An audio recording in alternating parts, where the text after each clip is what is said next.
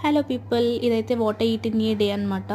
ముక్కోటి ఏకాదశి రోజు అమ్మ చేత్తో ప్రేమ సిరీస్ పార్ట్ 7. నాకైతే పూజ చేసుకునేటప్పటికి విష్ణు సహస్రనామం అది చదువుకునేటప్పటికి చాలా లేట్ అయిపోయింది. ఈవెన్ టిఫిన్ తినడానికే నాకు 10 అయిపోయింది అనమాట. ఆ రోజు ఉప్మా చేసింది, బాక్స్లో పెట్టిందనమాట హాట్ ప్యాక్లో. సో అదైతే తినేసా.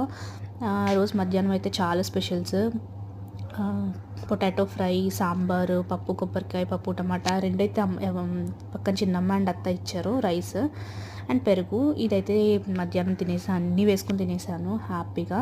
ఈవినింగ్ అయితే నేనే ముగ్గు పెట్టాను.